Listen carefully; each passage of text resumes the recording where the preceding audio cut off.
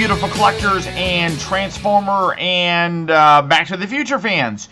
Here we are again. I've messed up. I screwed up my audio, so now I have to do this voiceover where I'm talking about this box, and all you see are my hands moving around, and I realize that I move my hands around a lot. But I am taking a look at the new Transformers crossover. I've been really excited about a lot of these. Most of you know that I'm a big Back to the Future fan. It's one of my favorite franchises of all time. And when I saw that they were doing Ectotron, the Ecto 1 Ghostbuster crossover, I had hopes that they could do something along these lines as well.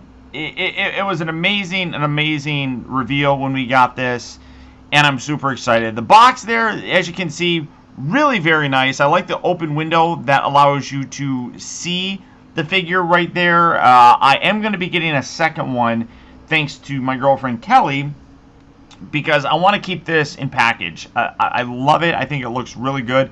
I love the art there. It kind of looks like it's Marty, but I've also seen some people say that they think that maybe it's Doc. But in the original Back to the Future poster, the poster art and everything was Marty, and then in Back to the Future 2, it was Marty and Doc. Back to the Future 3 had Marty, Doc, and Claire. So my guess is that that's Marty. I'm gonna go with that. I don't know why people think it's really Doc, other than the fact that Doc created this, but you know, it is what it is. Really very cool. I love the retro style look of the package. You can see the grid pattern on there, which looks really nice. I'm really very happy with it. The side here, you can see you got images of him in his vehicle and his robot mode. The side there is the first reveal of the DeLorean in Back to the Future 1, where they were at the Twin Pines Mall. There was that big car carrier thing. It opened, and the DeLorean was revealed to us. You come around the back, and I love the back art as well. Very classic image of the DeLorean blasting into the time vortex or whatever. You got the little flame strips for the tires. You do have a little bit of a read up right there. If you want to read it, go ahead and pause it right now. You can read all that stuff. But I love the little tech spec look. Again, very retro, very 80s, which the Back to the Future movies, well, the first one came to us in the 80s. So absolutely terrific. I do love the box art. Like I said, I'm going to be getting another one so that I can do that. Bottom just has some more product shots, warnings, things of that nature. But there you go. So that's it for the packaging. So without further ado, let's get this guy out here and see how cool he actually is. And here we have Gigawatt opened up and out of his packaging. Before we go any further, I'd really like to ask you guys to do me a real quick thing, and that's just give me a little bit of feedback. If you like the video, hit that thumbs up. If you don't, hit that thumbs down. Either way, I really do appreciate the support. As for Gigawatt here, though, this is terrific. The Back to the Future DeLorean, along with several other cars, really are iconic pieces of cinematic history. You could look at this, you could look at the Ecto 1, the 1989 Batmobile, heck, even the A-Team van and kit. All of them instantly remind you of the franchise that they're from. And it's outstanding to be getting crossovers with Transformers. Fans have done kind of artistic representations of these characters, really, because to me, the Time Machine, the Ecto 1, the Batmobile, they're all characters to me as well. So fans have taken these characters and used their own imagination to give us transforming looking crossovers throughout the years. So it's awesome that we're finally getting them in a real official format. For Gigawatt here, what's cool about him is with the accessories that he comes with, in conjunction with how they actually engineered the figure, he represents 2 of the 3 Back to the Future films, or at least the looks in those films. This one right here is how he looked in the first film, and absolutely fantastic. Now, one thing I do want to talk about, one thing that I love that they did, the original DeLorean had a brushed stainless steel look. I love the fact that they kind of recreated that in the paint strokes throughout the entire figure. Now, in some areas, it doesn't look as good as others, but there's a texture there that you can feel. and it generally does a good job of recreating that real brushed stainless steel appearance. I do wish it had a little bit, I mean, you can see there's a good reflection in there. I do wish it had a little bit more of a silver, kind of like what we have going on here with the hubcaps. That would have been a little bit better, but it still looks good nonetheless. It is missing, I noticed, the DMC logo right there in the front. So that's weird, I guess, but I like, they got the wires going down here. You come around to the back section, and you got all these extra little gizmos and gadgets up there. I like how they painted it. Again, it could have been done a little bit better. A few extra paint details really could have helped pull that apart. But as I said, this is the Back to the Future 1 version. So this is the plutonium chamber that in Back to the Future 2 was replaced by Mr. Fusion, which is where this piece comes in, and we'll touch on that here in a bit. But the rest of the paint job looks really good throughout the entire thing. You got a nice glossy paint on the exhaust bits right here, some nice taillights. You got the California license plate with Out of Time. Now, this is the regular release. There was a Walmart one that I want to say had the Back to the Future 2 license plate with like the orange and chrome look. I'm not 100% sure. I don't think people have actually started getting that yet, but it also came with a different package and everything. But overall, I love the way that this guy turned out. Initial photos showed this as being a clear window. They apparently heard the criticism because you can see a lot of the robot junk underneath there, and it looked ugly. So I love the fact that they actually tinted these windows. It's a very dark bluish color, which does hide it. You can still kind of see it if you get in the right light, but I love the fact that they're actually listening and hid that. But great detail nonetheless. Now, because this is a remold of that Siege Sideswipe, which I don't have here with me, so I do apologize, but here's a Siege figure. Here's Smokescreen. You can kind of see the overall size of them. So roughly the same size. Here's Earthrise Blue Streak, a little bit smaller than the DeLorean. Here's the Earthrise Smokescreen, again, a little bit smaller, obviously. So you get an idea of their overall size here, but really very sharp. Couple features that this does have is, like I said, you can make this a Back to the Future. Well, okay, let me finish talking about this. In the Back to the Future 1 sort of look, you do get this, which is the hook that they use to harness the power from the clock tower and everything. The problem, though, is look how warped that is. Now, I could probably straighten that, but out of the package, this is ridiculously warped and kind of annoying, especially since you got the little plug right here, plugs in there, and you can plug that in, and now the hook is not straight. I mean, it should be straight, but you can do that. And again, Back to the Future 1, you can have ding ding ding ding ding ding ding, and just play with that. So I love that. That is super cool. You also do have Mr. Fusion. Now this is tiny and some good paint detail on there. This is kind of weird though. The way that it stays on here easily is backwards. The actual, you can kind of see like towards the bottom, right around here, that little section should be in the back. You can see like that little line there around the bottom. That's hard to see, but that right down there, that little section right down there should actually be in the front. But the problem is when you rotate it around, it doesn't like staying in there very well. You really have to push, and then it'll stay in there. So, I mean, it's in there right now, but you really have to push that very hard. But now you have the Back to the Future 2 version of the DeLorean. But everybody knows that the best part of the Back to the Future 2 DeLorean was its hover conversion. And you can actually do that with this. These back tires fold down, just like that. And the front tires also fold down. There's a couple extra hinges here, and now you can hover convert your DeLorean. I mean, that is awesome. I think a lot of people had that idea when we were first looking at that Siege Sideswipe, that you could kind of do something like this. And I remember seeing interviews with John Warden who really emphasized the fact that those tires folded down like that. It seemed like it was deliberately mentioning it, and it seemed like it was for this, because that is freaking awesome. I love that. I've always loved the hover conversion thing. Back to the Future 2 is my favorite of the franchise, and I love that. One other thing that's really cool, doesn't really show anything good, but I gotta get these. This is, why are you sticking in there? That's really in there good. There we go. You can actually open the iconic gull-wing doors on the DeLorean.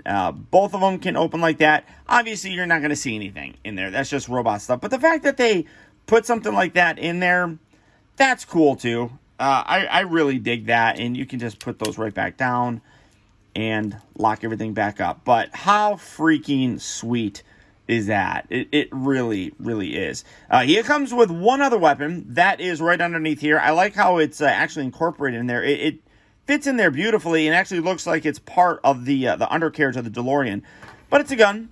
You just pull that out, and then you can plug this on the back. Now, I do have a problem with this that I'll touch on in the robot mode section, but this is his other weapon of sorts. Both of these can be attached in the actual robot mode. Now, for his transformation, it is a little bit different, but for the most part, very much the same. Oh, then that's not good. Yeah, oh, that just pops right in there. So put that right back there. Wait, oh, what's happening here?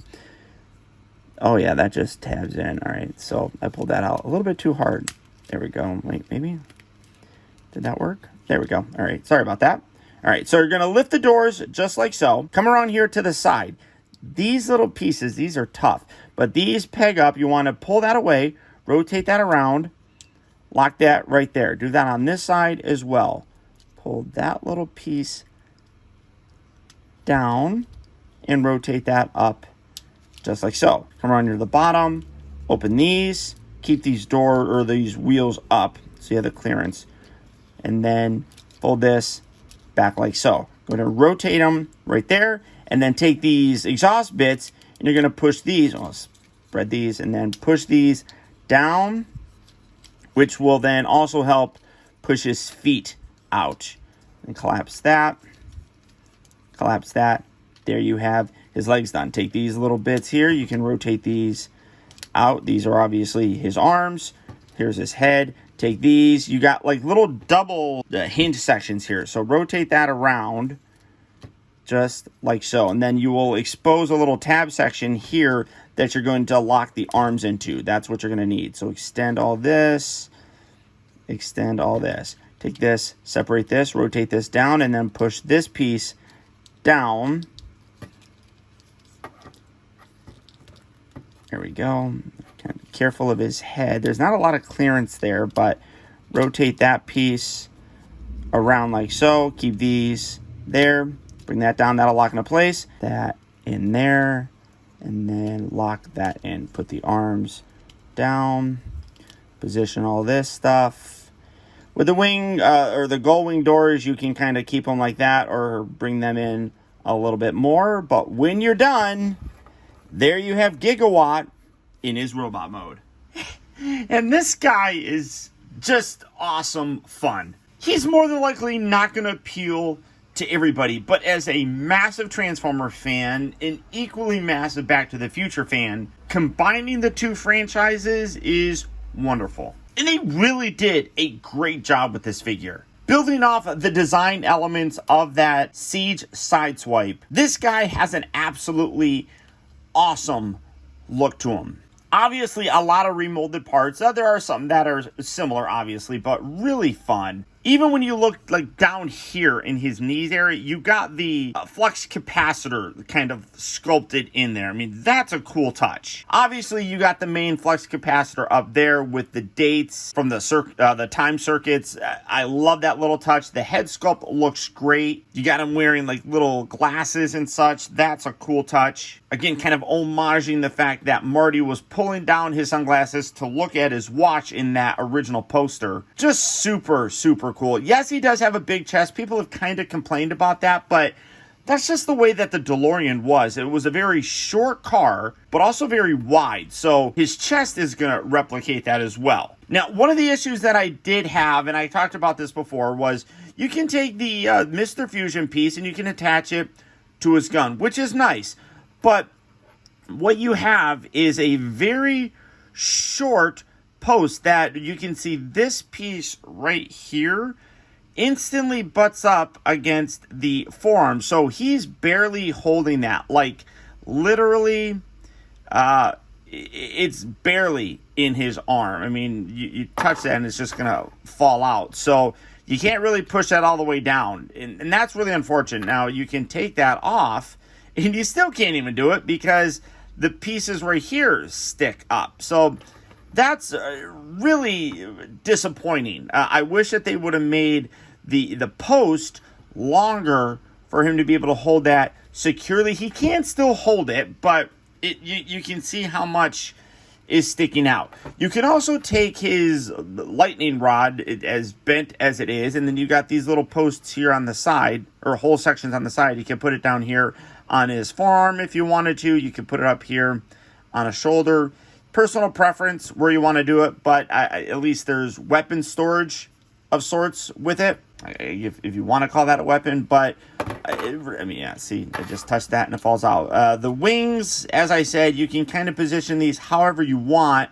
I'm more or less just like leaving them slightly pulled away. Keeping them all the way out like that kind of just looks weird to me. Now, I did see some pictures initially, and I thought that, I was like, oh my god, that is a great way of doing it, where you can transform him to make him look much cooler. The problem is, in that picture, and I'll put that picture like right here, there's no way to get this guy looking like that, because this piece right here, you can, let me see, detach this.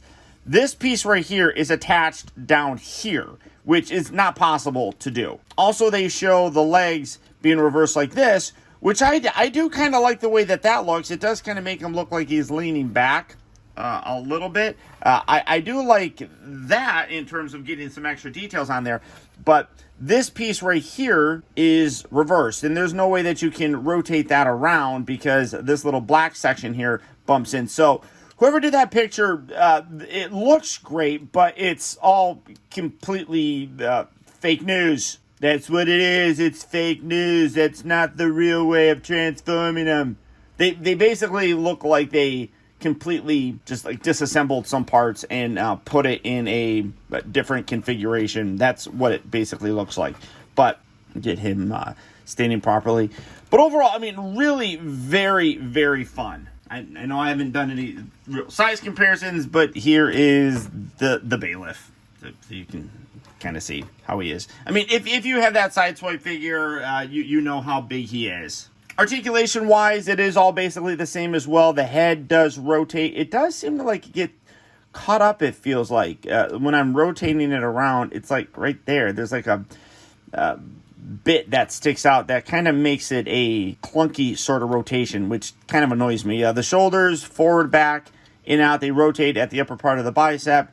You got a 90-degree bend at the elbow. The wrist, as part of the transformation, can bend in, so you do have that little bit. You do have a waist rotation. You have a forward and back motion here at the hips, rotates at the upper part of the thigh, bends at the knee. The ankles can move in and out nicely. I guess you could kind of flex them a little bit, but mostly they're just meant to go in and out like that. I guess you could kind of angle these if you want to differentiate them a little bit, add some extra detail to them. I love the fact that they got those flux capacitors sculpted in there. I mean, that's a really, really cool touch. Now, transformation back, we're going to take these hands, tuck these down and in like so, straighten out his head, put these tires back, bring the chest piece up, pull these away from the torso bit, fold this up, and then like right here, you want to rotate this around. Like I said, there's not a lot of clearance for the head, so just kind of be careful, kind of tuck that down and then bring that over, lock that in, rotate these tires out to the side. Transformation is very, very similar, so you're more than likely gonna know what you're doing. Rotate all of this down and in, rotate this down and in, rotate him here at the waist section, come down here to the back, fold these pieces up. You want to push the little knee bits or the exhaust bits out, and then you can take the feet and collapse those down. Bring the two halves of the legs together, keep these doors up, rotate this around, lining that up, bring this down, lock that into place, and then these, fold these forward and lock those right there. So again, rotate this piece forward, lock that into place. And then these, you come down, and on the inside of the forearm are little slots that this little bit is going to tab into, but you also have like this little back section here. Kind of have to fold it over there to get it in, and then push that in. Straighten that out, and then when you're done, there you have Gigawatt back in his vehicle mode. But absolutely fantastic. I cannot recommend this enough to you guys. If you are a Back to the Future fan, if you're a Transformer fan, if you're an 80s fan, this is absolutely a must-have. Now, ideally, I would have liked to have gotten that Walmart version, which I believe they made 1,985 to coincide with the 35th anniversary of the film. And that 1,985 is in reference to the year that it was released. But that thing sold out almost instantly and goes for ridiculous amounts of hundreds of dollars right now on eBay. But I am glad that they decided to release this in a way for everybody to get. And I am perfectly okay with this version. The DeLorean mode nails it. This looks exactly like it should. I wish that the paint was a little bit more silver. I wish there was a little bit more paint detail in the back section. But all in all, I'm very happy with it. Transformation is obviously the same that we've gotten, minus a few things like the wings and the chest and such. But for the most part, it is the same, so can't really criticize it too much. I do like the transformation on Sideswipe, so this one works as well. And that robot mode is absolutely awesome looking. It's a completely made up look, but it is still fun nonetheless to have a DeLorean that can actually transform. And really not that expensive either. As an exclusive, it's like $32, which I think is a pretty good price. Yes, it's a deluxe size, but it is a much more limited run. So all that being said, if Gigawatt is a figure that you would like to add to your collection, you can do so in a couple different places. You can get it through Hasbro at HasbroPulse.com, where initially they said it wasn't going to be in stock until January. So I don't know if that's still the case, but it is in stock right now at GameStop. For both of those places, I'll put links right down in the video description, where you can go to both places and check out availability on him, as well as the rest of anything else that you might want to get. But beyond that, guys, that's about it. Once again, I want to send a huge shout out to all of my patrons and channel members, who through their continued support help to make reviews like this possible. If you'd like information on how you can help support my channel by becoming a patron like these guys, feel free to check out my Patreon page at patreon.com/Optibotimus. Or if you want to keep all of your perks and rewards right here on YouTube like these guys, consider becoming a channel member. And all you have to do for that is click on that little join button right down there. And finally, remember that the real trouble with the world is that too many people grow up. Thank you for watching and taking the time to be a kid.